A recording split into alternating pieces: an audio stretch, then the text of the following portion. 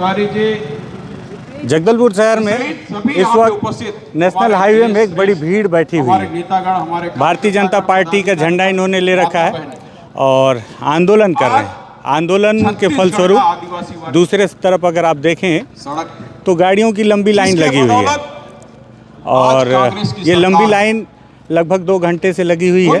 और भारतीय जनता पार्टी के ये लोग हैं जिसमें इनके पूर्व विधायक, पूर्व सांसद और जिलाध्यक्ष के साथ साथ तमाम नेता और अन्य कार्यकर्ता यहाँ पर पहुँचे हुए हैं।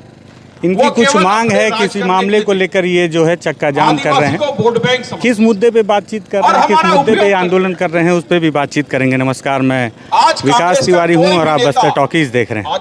दरअसल इन्होंने एक पोस्टर लगा रखा है कि जिला स्तरीय चक्का जाम, जिसमें इन्होंने लिखा है कि भूपेश सरकार की लापरवाही के कारण उच्च न्यायालय में अजजा वर्ग के 32% आरक्षण के खिलाफ निर्णय आया। इस आदिवासी विरोध सरकार को सबक सिखाने के लिए ये पूरा आंदोलन चल रहा है।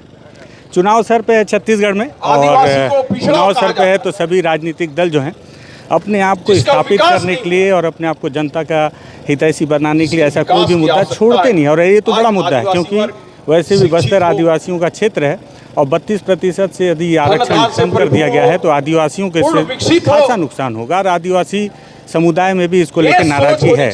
ऐसे में कांग्रेस के खिलाफ बीजेपी को एक बड़ा मुद्दा मिला है। मुझे लगा कि आदिवासियों से जुड़ा मुद्दा है, इसे भी बातचीत करना चाहिए। भाजपा के वरिष्ठ नेता बैठे हैं यहाँ पे, पूछते हैं कि क्या है इनकी मंशा और क्या है इसके पीछे पूरा उद्देश्य। पूर्व विधायक है संतोष बाफना जी। बाफना जी, स्वागत है आपका बस्तर टॉकीज में। तो धन्यवाद। कि क्या है ये आंदोलन, क्यों कर रहे हैं, कब तक चलेगा ये आंदोलन? आज एक दिवसीय अनुसूचित जनजाति मोर्चा भारतीय जनता पार्टी के द्वारा किया जा रहा है। 32% आरक्षण जो कि भूपेश सरकार की लापरवाही के कारण से उच्च न्यायालय में उसके खिलाफ निर्णय आया, उस निर्णय के विरोध में ये जो आंदोलन है ये किया जा रहा है। और हमारे यहाँ पर हमारे जो अध्यक्ष सहित हमारे पूर्व सांसद दिनेश कश्यप जी सहित सभी लोग बैठे हैं और हम लोग की ये मांग है कि अध्यादेश के मामले अध्यादेश लाकर इस आरक्षण को पुनर्बहाल किया जाए। आदिवासी समाज जो कि अंबिकापुर से लेकर सरगुजा और सरगुजा से लेकर बस्तर तक के बहुल समाज है, इस समाज को न्याय दिलाया जाए और स्थानीय भर्तियों में भी जो इस समाज के लोगों को प्राथमिकता मिले। इस दृष्टि से ये आज का चक्का जाम किया गया है। आने वाले समय में इस चक्का जाम के माध्यम से आज जिला स्तरीय चक्का जाम है, जरूरत पड़ेगी तो ब्लॉक स्तरीय पे भी जाके धरना प्रदर्शन, ग्राम पंचायत स्तर पर भी जाके धरना प्रदर्शन और लोगों को जन जागृत करने का काम की आदिवासी समाज को ठगने का काम कोई कर रहा है तो कांग्रेस सरकार कर रही है, भूपेश की सरकार कर रही है। और भूपेश की सरकार में हमारे यहाँ मंत्री है, हमारे सांसद है, विधायक है जो इस समाज के हैं, वो कुछ भी नहीं कर रहे हैं। ये बात को हमको जनता को बताना है, इसके लिए आज हम लोग यहाँ पर धरना प्रदर्शन में बैठे हैं। लेकिन मुख्यमंत्री जी ने तो कहा है कि सुप्रीम कोर्ट में जाएंगे इस फैसले के खिलाफ। अभी तक माननीय मुख्यमंत्री जी ने कहा है तो सुप्रीम कोर्ट में गए क्यों नहीं? और सुप्रीम कोर्ट में जाके इसके खिलाफ यदि चाहे वो उच्च न्यायालय के फैसले के खिलाफ सुप्रीम कोर्ट में स्टे लेने का प्रयास करना चाहिए। उसमें भी कहीं ना कहीं उनकी जो गंभीरता नहीं दिख रही है, उसके विरोध में ये प्रदर्शन किया जा रहा है। इसके खिलाफ 2 बार के विधायक हैं बाफना जी, और बाफना जी ने बताया कि आखिर ये आंदोलन क्यों किया जा रहा है। और भी नेता हैं, उनसे भी बात करेंगे। अब आप सोचेंगे कि आदिवासियों के जो आरक्षण है उसके खिलाफ ये जो पूरा आंदोलन चल रहा है, इसमें मैं बाफना जी से बात कर रहा हूँ, क्यों ना किसी आदिवासी नेता से भी बात किया जाए। तो बस्तर के पूर्व सांसद रहे हैं दिनेश कश्यप जी, और भाजपा के लोग बोलते हैं कि अगर इन्हें दोबारा टिकट दिया जाता तो ये जीत जाते। और छत्तीसगढ़ में जो 9 टिकट थी 10 सीटों में तब्दील हुई। दादा स्वागत है। ये बताएंगे कि क्या ये आंदोलन सफल होगा, क्योंकि भूपेश जी ने तो पहले ही कहा है कि वो सुप्रीम कोर्ट में जाएंगे इस खिलाफ। देखिए, बोलते कुछ हैं करते कुछ हैं, इसलिए हमारा कहना है कि जो 32% आरक्षण था वो यथावत होना चाहिए। और इसके लिए हम लोग जनजाति समाज के लोग पिछले दिनों हम लोग संभाग मुख्यालय मतलब करना चाहिए कोंडागांव में कार्यक्रम किए। आज प्रत्येक जिले में जो है ना धरना प्रदर्शन हो रहा है। अभी तक ये फिर पिछले दिनों आप देखा होगा पेपर में आया था कि तमिलनाडु में कौन सा वो कर रहे हैं और उसके आधार पर क्या कर सकते हैं। कुल मिलाकर ताल मटोल है और कोई काम नहीं करना चाहते। शायद मेरे ख्याल से ऐसा लगता है कि ये जो पूरे जितने भी हमारे सांसद हैं और जो विधायक हैं, खास करके आदिवासी, इनको बोलना चाहिए, जाना चाहिए। भूपेश के सामने इनको बोलती बंद हो जाती है, किसी प्रकार का आवाज़ नहीं कर रहे हैं, न कुछ बोलते हैं। और इसलिए हमारा मांग है कि जब तक के 32% आरक्षण नहीं मिलेगा, हम जनजाति समाज को जगाएंगे, प्रत्येक पंचायत तक जाएंगे, और जो है ना, जब तक कि हमका आरक्षण का लाभ नहीं मिलेगा तब तक कि हम लड़ाई लड़ेंगे। आदिवासियों के लिए आप लड़ रहे हैं, मैं देख रहा हूँ वो जो आदिवासी समाज है, जो समुदाय है, वो आप लोगों के साथ नहीं खड़ा है क्योंकि संख्या बहुत काफ़ी कम है। आप देखिए, अभी धान कटाई का समय था, इसलिए बहुत कम लोग आए होंगे, लेकिन ऐसा नहीं है कि जनजाति समाज कम आए हैं। जनजाति समाज ज़्यादा आए हैं, बाकी तो रहते ही हैं। अच्छा दादा, ये पूछ रहा था, आप भी आदिवासी में, और सिलगेर में एक आंदोलन चल रहा है 1 साल से आदिवासियों का, निहत्थे लोगों का है, ऐसा नहीं कि उनके साथ में कोई, मैं तो गया था ना वहाँ पे, लेकिन उनके लिए भी क्या इतना बड़ा आंदोलन नहीं होना चाहिए था? नहीं, देखिए, हम लोग गए थे, आंदोलन के बतौर गए थे, लेकिन जो है ना, सिंगलेर तक को हम लोगों को जाने नहीं दिया गया। पुलिस प्रशासन ने रोक दिया, और जो है ना, और मतलब उसमें जगह जगह जो है ना गड्ढे कर दिए गए, लकड़ी डाल दिए गए। तो ऐसी स्थिति में हम कैसे जाते? नहीं तो आप बाहर भी तो बैठ सकते थे, कम से कम मुख्यालय में बैठ जाते, कहीं तो एक, मतलब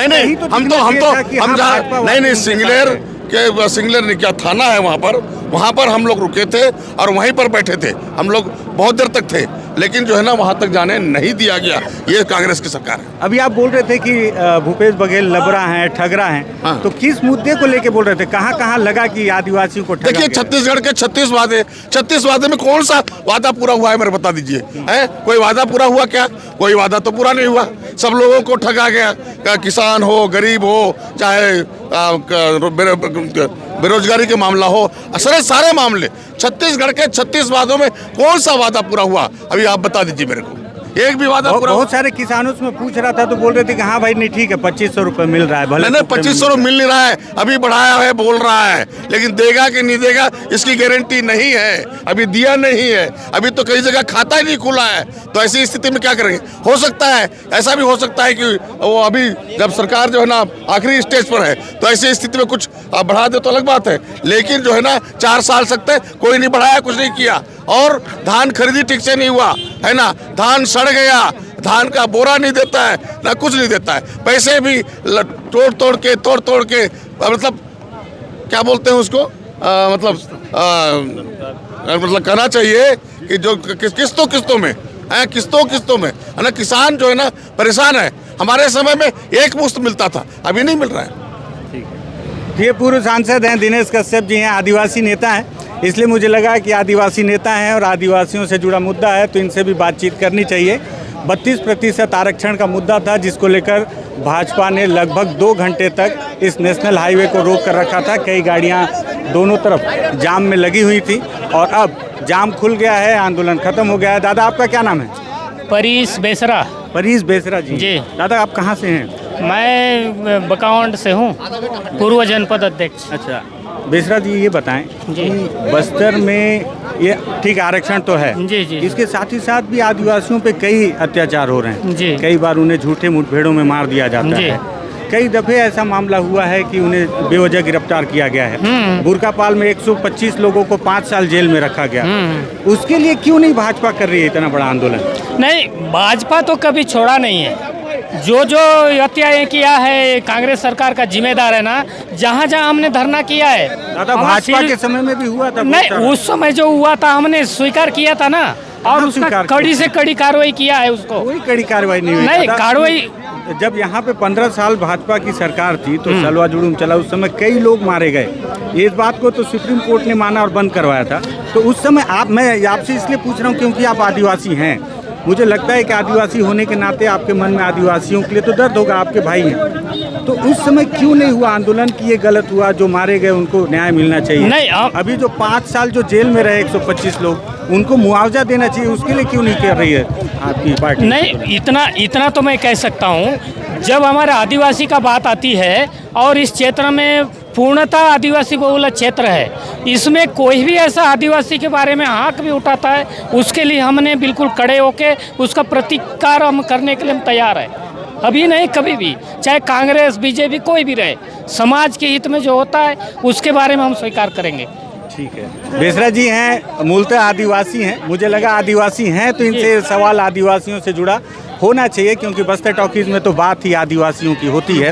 हालांकि राजनीतिक दल से जुड़े हैं तो बयान थोड़ा सा राजनीतिक से ओत-प्रोत जरूर है बेसरा जी का, लेकिन मेरा सवाल चाहे भाजपा के हों या कांग्रेस के हों, सवाल आदिवासियों से जुड़ा ही होगा। बस्तर टॉकीज हर बार सवाल आदिवासियों को जोड़कर ही उठाएगा। अगर आपको लगे कि आरक्षण से बड़े भी मुद्दे हैं जिस पर राजनीतिक दल चुप्पी साध जाते हैं, वाकई में चुनाव सर पे है, तो कहीं ऐसा तो नहीं कि भाजपा इस मुद्दे को राजनीतिक मुद्दा बनाने के लिहाज से आज चक्का जाम कर रही है इस 4 साल के बाद। तो आप भी इस पर सवाल जरूर उठाएं, सवाल पूछें भाजपा और कांग्रेस के तमाम नेताओं से कि आखिर जब चुनाव आता है तो हम क्यों याद आते हैं। धन्यवाद।